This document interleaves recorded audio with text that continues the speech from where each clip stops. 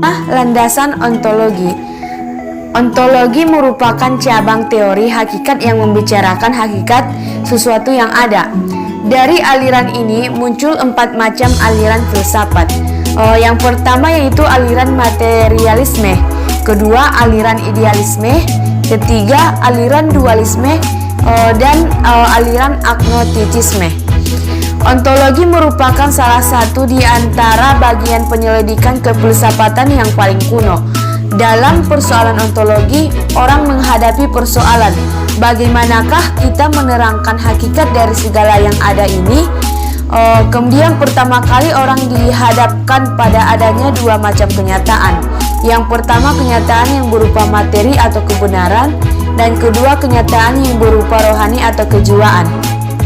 Di dalam pemahaman ontologi dapat diketemukan pandangan-pandangan pokok pemikiran, yaitu pertama monoisme. Paham ini menganggap bahwa hakikat yang asal dari seluruh kenyataan itu hanyalah satu saja, tidak mungkin 2.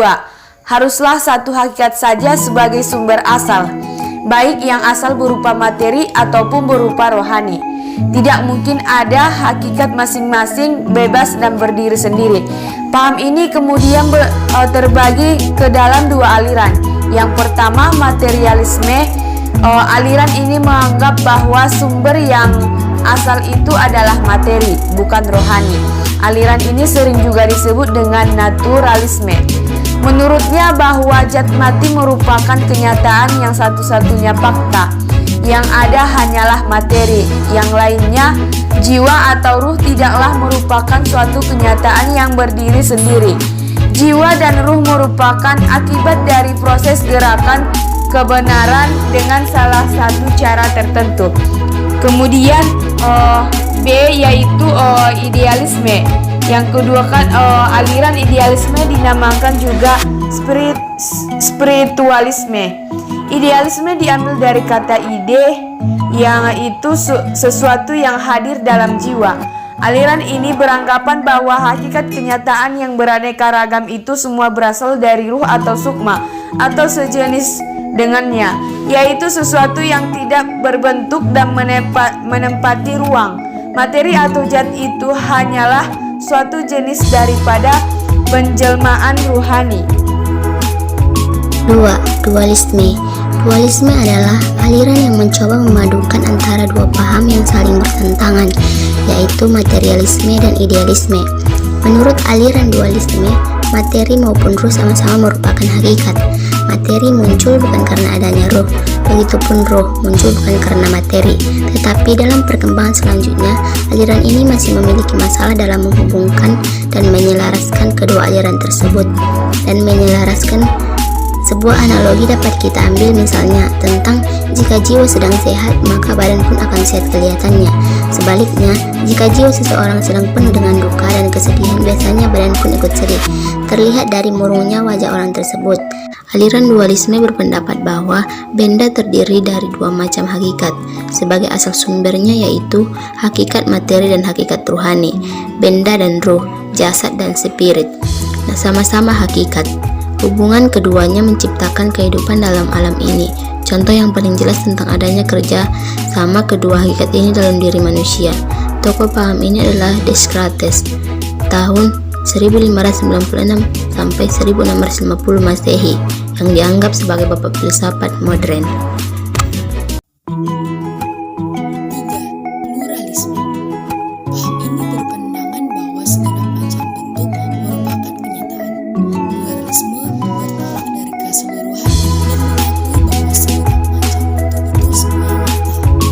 Pluralisme ini dalam taxonomy of philosophy and religion dikatakan sebagai paham yang menyatakan bahwa paham ini tersusun dari banyak unsur, lebih dari satu atau 2 entitas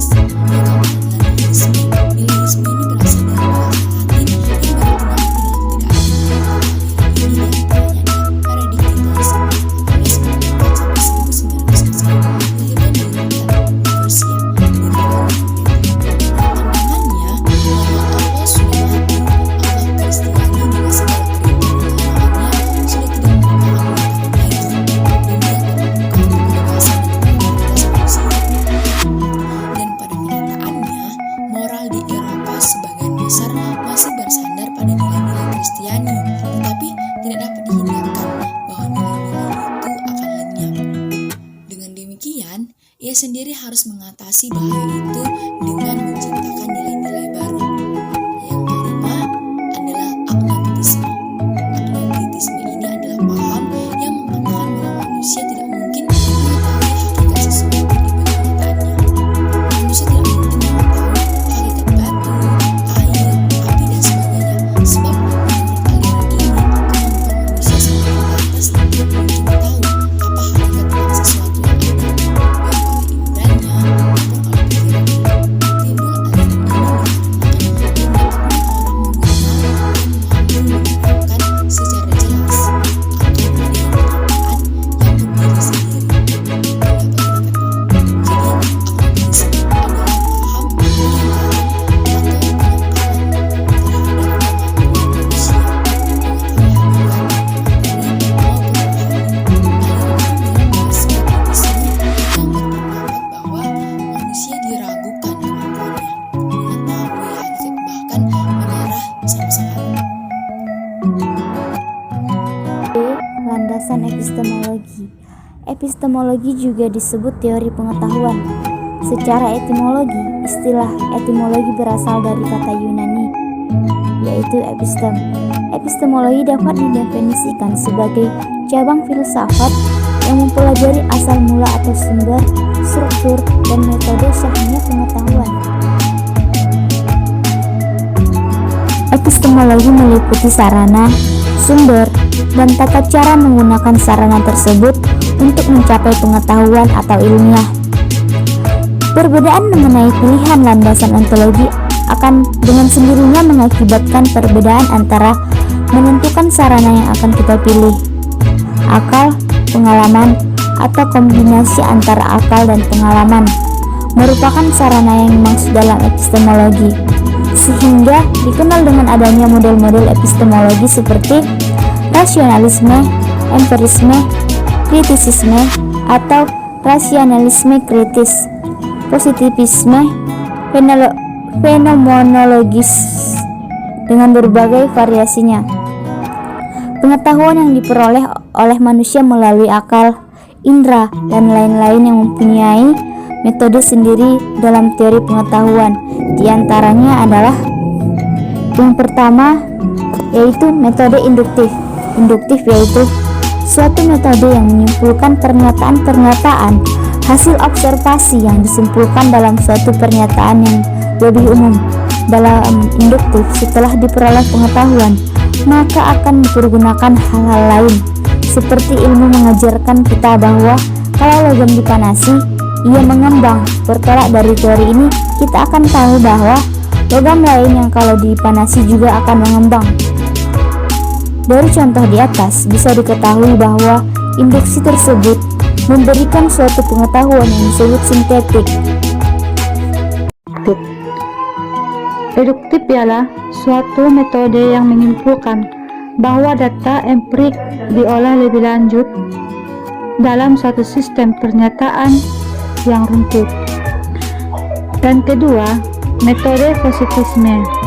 Metode ini dikeluarkan oleh Auguste Comte. Metode ini berdasarkan dari apa yang telah diketahui, yang faktual, yang positif. 5. Metode dialektik. Dalam filsafat, dialektik mula-mula berarti metode hanya jawaban untuk mencapai kejernihan filsafat. Metode ini diajarkan oleh Socrates.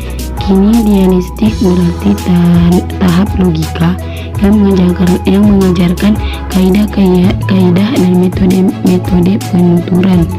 Juga analisis sistematik tentang ide-ide untuk mencapai apa yang tergantung dalam pandangan. Yang C.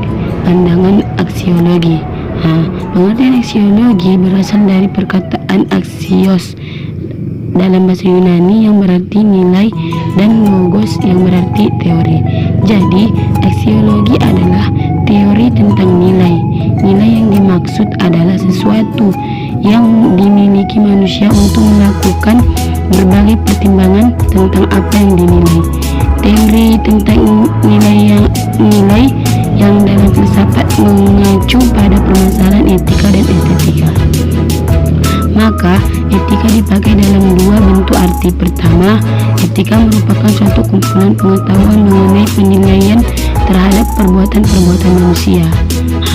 Arti kedua merupakan suatu predikat yang dipakai untuk membedakan hal-hal perbuatan-perbuatan atau manusia-manusia lain.